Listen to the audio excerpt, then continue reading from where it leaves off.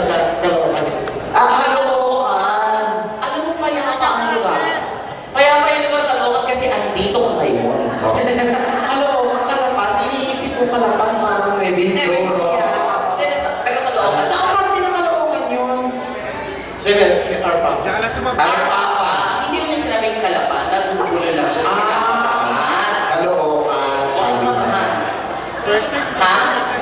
Oo, ano gawa sa buhay? Bukod sa snatching. Sobra ka naman! Sobra ka. Mapino naman yan. Kaibigan niya ng ating ano. O sige, okay. Bukod sa pagpapawi, ano gawa mo? Sobra ka naman. Kaibigan nyo na to, kahit sino kaibigan? Si Cheese. Kumanta na yan dito, no? Nag-open na Ay, yung oo. master. Sorry kayo. Nilabasan ka ng listahan ng utang. Ano yan? Taga San Lazaro Hospital, si Ben Custodio. Ay, wow. Pero, ba't hindi ikaw to? Ikaw ba to?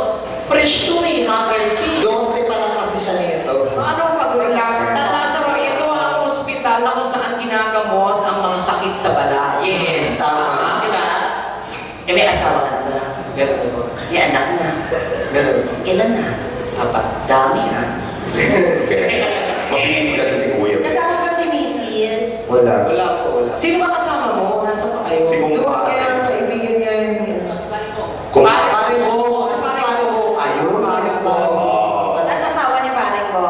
Uy, si Paring Bo, kalati. Talaga? Sobrang Meron pa computer shop yan. Talaga? Siya ba yun? Sabihin mo kay pare mo, mag-request sa akin ng kanta, may abutan kami ha? Ay, madali na makausap ko sila. Sa Awaiting Twilight Time, Siyempre. And beautiful girl. Ladies and gentlemen, our first guest for tonight, palakpakan naman natin si Ben. Ben! Kaya pa rin. Grabe itong The Platters.